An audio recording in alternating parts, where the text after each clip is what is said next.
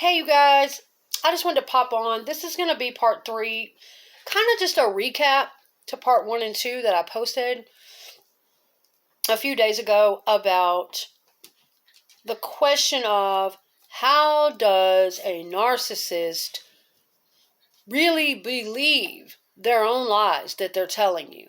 How does a narcissistic abuser, and again, when we say that word narcissist, there's kind of a lot we need to understand about it, okay? We need to be able to make the distinction because that word is getting thrown around a lot lately. And yes, people are learning more and more about narcissism, where it comes from, what part of it's healthy, what part of it's abusive. A lot of people don't even realize that there is that distinction. That yes, we're all narcissists on some level. We have to have a little bit of narcissism. So I always like to make those distinctions and make them clear, okay, and not just generalize everything. But there are situations where a person has become a narcissistic abuser. This most often goes on in romantic relationships. This can also go on in families with parents and children and passing it right on down the line. There are either people that have the cluster B personality disorder, full-blown personality disorder, narcissistic personality, which is mental illness, or there are just people who are high on the narcissistic spectrum. And people who are high on the narcissistic spectrum have a greater chance of being able to heal whatever it is that's causing their narcissism to be so damn high and go into abusive areas in the first place. They have a better chance of healing it than a person with narcissistic personality disorder. A personality disorder that's going to need professional help, treatment of some kind, possibly medication, I don't know. And from what I've understood, there is no real cure or real treatment for personality disorder, for narcissistic personality disorder, like there would be for, say, bipolar disorder. They're two different things, okay? So, listen, my videos are just for educational purposes. I'm not a doctor. I'm just sharing my personal experiences, my personal thoughts on some of this stuff, what I've observed over the years and experience with people being born into a family full of mental illness and personality disorders. Several of my siblings have personality disorders, as well as both of my parents. I grew up in a lot of abuse, trauma, dysfunction, and I've been observing these different types of patterns in people pretty much all of my life and having to navigate them. And then, of course, I grew up and attracted partners that were like that in some cases, okay? So, to wrap up and just kind of re-summarize, because I got in a conversation with someone about it today. Oh, and by the way, I really appreciate you guys watching my videos. Thank you so much for being here.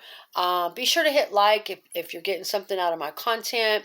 If you're brand new here, hit subscribe, stick around. Generally, I try to keep it, I don't have an exact niche, but I try to keep it somewhere along psychological, spiritual, philosophical, self-examination. I try to keep it along those lines in whatever topic I'm covering. Just stuff to make us think and spread awareness about. So anyway, I do appreciate all of you guys who have been here with me and watching my videos. And it helps the channel grow when you like my videos. And so be sure to do that. I appreciate it. And anyway, so let's get back into it, because this is a question that a lot of people ask. And I got into a conversation with somebody about it just earlier this morning. And this person was, telling me about how somebody they know, it's like, yes, they've been dealing with someone like this who has literally got into a situation with someone where they did nothing wrong to that individual, and somehow that person is narcissistic or toxic or whatever, and they have turned it all around on that person to the point where, and they literally believe that it is that whole blame shifting thing. The person is saying, you hurt me, and they really get out there with it, you guys. They do. They will put on the drama, and they will really go there with it. And okay, I'm going to give y'all a re-summary of what I kind of already covered in part 1 and part 2 of how How? Because most of us can't imagine. How on earth could we just create a lie like that and really believe it? Most of us would have trouble with that. Most of us would, have a lot of trouble with just outright lying like that and really feeling it. Like delusional. Okay, so guys, listen, we have to break this down and understand it now. Most of the people with the ability to do that. Now listen, don't just stick with my video. Always go behind anybody you watch on the internet that is telling you that they're coming from a personal experience place. Always do your own research, okay? Always reach out to professionals. Double check the information that you're getting on the internet, okay? But I still think it's good that we share our personal perspectives, what we have learned, what we have seen and been through, because it is helpful, okay? Plus, I've had a professional therapist for 30 years. I still have the same therapist I had at 14. So I've been going to her off and on for 30 years. So I am under the care of a professional. I do get a lot of my knowledge and information from her and other mentors that I trust and I know are legitimate, okay? But a lot of these people that are capable of doing that, I talked about it in part 1 and 2, how a lot of it stems back to childhood trauma. And I can tell you that because I did it, okay? Now, this will not resonate with everybody. This will not be every narcissist. This will not be everybody on the narcissistic spectrum. This will not be everybody with narcissistic personality disorder. This will not be every toxic individual. Not every toxic, dysfunctional, manipulative, narcissistic person has been abused in childhood. Not every single one of them. No, there are exceptions out there. Sometimes high narcissism in a person comes from being overindulged in as a child. That is also a thing. Children who were never, they did not receive consequences for their behaviors. Mommy and daddy's golden child, pet. They did not receive the proper guidance, discipline, and consequences for their actions, made to face up to their actions, made to be accountable to their actions. Oftentimes they got anything and everything they wanted. Parents thinking that they are really, loving the child by always rewarding even bad behavior. Well, if we just give him more things. I've seen this shit. I've seen it. I saw it with some of my kids' friends growing up, things that their parents were doing. And I've seen cases like this on the Dr. Phil show. An example was one woman who just could not stop giving her daughter money.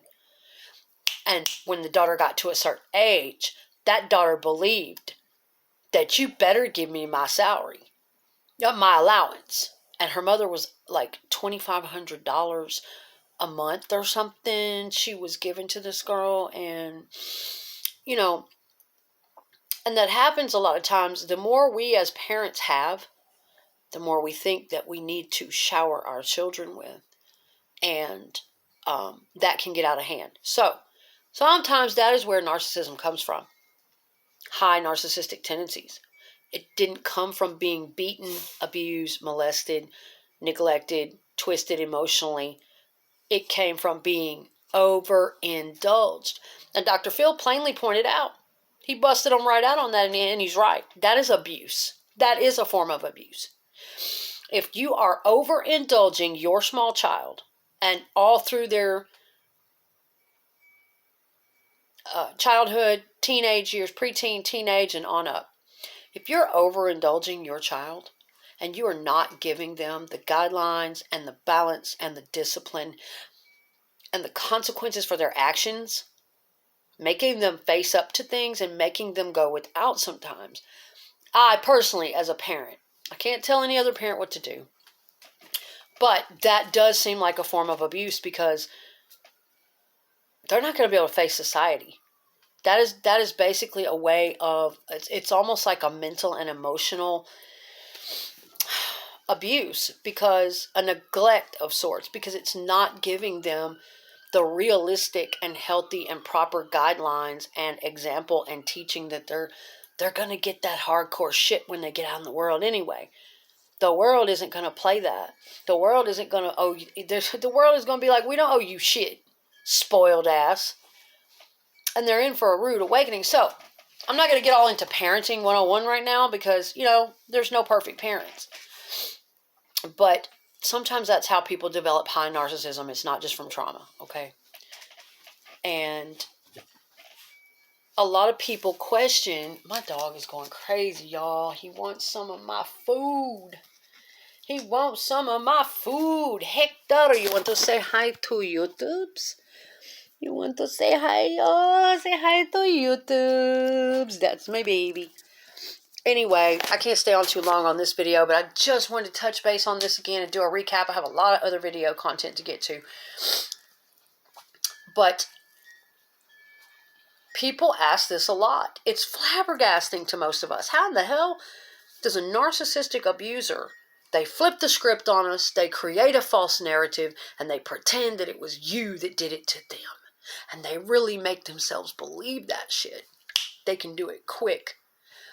And it's flabbergasting to understand it. And I know they're really believing it because of the partners I've had in the past, the way they spoke to me. I would speak to them 3 or 4 times about it, and they would gaslight me. And the way they would kind of just go on about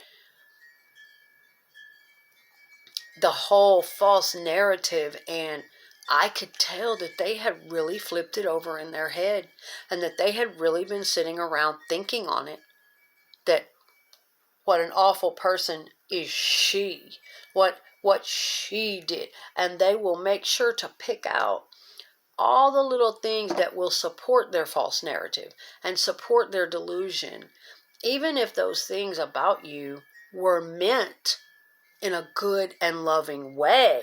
They will take all that they can from their life with you, from the incident with you, and they will take those little things and apply them in their mind to the false narrative, to support their false narrative. And I talked about in part 1 and 2 how for those who did come from trauma, not all narcissists came from trauma, most of them did, trauma and neglect, something lacking in the childhood, something they didn't get, okay? The ones who did come from trauma, I know this. I can share this insight with you guys. We spend a lot of time in our head. Kids who grow up in abuse and trauma and neglect and abandonment and stuff like that, we spend a lot of time in fantasy worlds, dreaming of one day when we grow up, everyone will love us. Everyone will see us. Everyone will respect us. Everyone will, whatever. We dream of being rock stars. We dream of being superheroes. We dream of being, whatever. Something that is more safe and powerful than what we're going through at home. And oftentimes, it just depends on the kid. It depends on the level of suffering going on at home, how traumatic it is, and for how long. But what I'm telling you is a lot of the narcissists that did grow up in trauma, again, they got very used to living in fantasy. Just like that. And I personally, I can do more videos about this in the future. I remember being abused as a little bitty girl by my father. And I would have to get up and go to school the next day and wipe it all away like nothing ever happened. I don't know, looking back, being that little tiny girl, how I did it. You don't know any better. If you're born into something like that, you don't know any different. And so, when you grow up in certain types of trauma, you just get used to these brain blocking techniques, if that makes any sense. Now, I'm not excusing narcissistic abuse at all. I'm just intellectually understanding the mechanics of their brain and how, in some cases, it can form. And I'm trying to relate back to my own childhood, going through what I went through. But where my life was different is, yes, I had the same brain structure. I had the same tendencies. I was manipulative as a young person. I was high on the narcissistic spectrum as a young person. I had all of the same characteristics and tendencies of someone growing up in trauma and having to use a lot of defense mechanisms to survive the parents. We adapt. We develop a lot of these different defense mechanisms to get our needs met, or to be careful not to step out of line, or to walk on eggshells for the alcoholic, narcissistic parent, or so that we won't be beaten, or we develop almost a sixth sense. That's how that high empathy comes into place. For people, everybody has a certain amount of empathy, but people who grew up in absolute trauma have extremely high levels of empathy. Basically, the ability to pick up on energies and read the damn room, okay? I believe it was Teal Swan that touched on this in some of her videos. How growing up in trauma like that, you are hyper attuned and conditioned to read the room and gravitate towards where there is something wrong, because you had to hyper focus on that as a kid to stay alive. You felt like you did. Like, oh God, what is Dad's mood today? Did he stop snoring? Oh God, did he stop snoring? Oh shit, that means he's awake. Oh shit. Oh boy. Oh, did he, You become hyper attuned to the abusive parent and all of their moods. The slightest breath. Because that could mean life and death for you. The bear is waking up. Okay, so this is just a little insight into what some kids live through growing up. With violent, alcoholic, narcissistic, or otherwise emotionally, mentally cruel parents who had hair triggers and personality disorders of their own, whatever. So now you kind of get it. That empathy shit as they grow up. A lot of times, no, they won't focus on everybody that's doing well. Oh, let me go over here and gravitate towards this person who seems perfectly fine. No, we haven't been conditioned that way. No, we have been programmed since childhood for our own. We hyper attune who's got the problem. Teal Swan made such an excellent point with that. And we have to catch that and rewire it, because it causes us to gravitate towards partners who will hurt us, towards partners who are not good for us, towards people who are always broken or toxic, and a lot of times we will not gravitate towards those who are healed, who are, and I think a lot of that happened in my recent past relationship. That he wasn't able to get above those patterns and stop the cycle of always wanting to gravitate towards people with something wrong, so it can keep him distracted from his pain and keep recreating his trauma and his unhealed wounds with his parents. And I was too healed for him. I was too devoted to my healing and seeing all of my patterns and getting out of that whole thing. I didn't want that in our relationship, and he was hell-bent on staying stuck there, afraid. And so, yeah, but anyway, Teal Swan made a very valid point when she said that in one of her videos. Think about it next time you see or a situation like that, or you feel yourself paying more attention. You could be in a room full of people that are A-okay, and instead of gravitating towards them, you can subconsciously spot the one that is an alcoholic or the one who was abused as a child. Even my therapist even said something to this effect. That it's a subconscious thing. It's not a conscious thing. You're not sitting there thinking, yeah, I want to go talk to the person who's got the most problems. I want to go kick it with the toxic ass person who's going to try to manipulate me and screw me over. Yeah. No, you don't think of it that way. It's a subconscious thing because you learned it as a child. You learn to watch body language and breath patterns and something about their aura and, oh shit, what's about. And that shit stays with you. It's in your subconscious programming. And so you gravitate towards shit like that. And it has cost me so much, that type of programming. I'm so angry that I grew up programmed that way. It has cost me so much of my life gravitating towards people like that over and over and over, unable to completely break those patterns, even though I was in therapy. Even though I was learning and growing and working on myself, I still gravitated. Those patterns were so deeply ingrained in me. Okay, it's taken, almost 46 years for me to really, really get to the point and resonate fully with that, where I will not go back, where I can literally see it coming now. And I've gotten to the point in my healing, my shadow work, where I can finally stand firm on those boundaries, okay? But anyway, so I just wanted to recap and touch down on that again, because a lot of people wonder about it. And coming from childhood trauma, it can create lots of different things. And if you're not a person who lived that way, it's kind of hard for you to understand. So, I like to provide insight into stuff like that for people, just, for whatever reason, just to feel like I'm doing my part, to feel like I'm sharing the best I can. It makes me feel fulfilled, because I know how important it is to have a loving and understanding partner who is actually willing to understand your trauma. If you went through something like that growing up, it is crucial that we have a loving support system and people in our life that care and understand.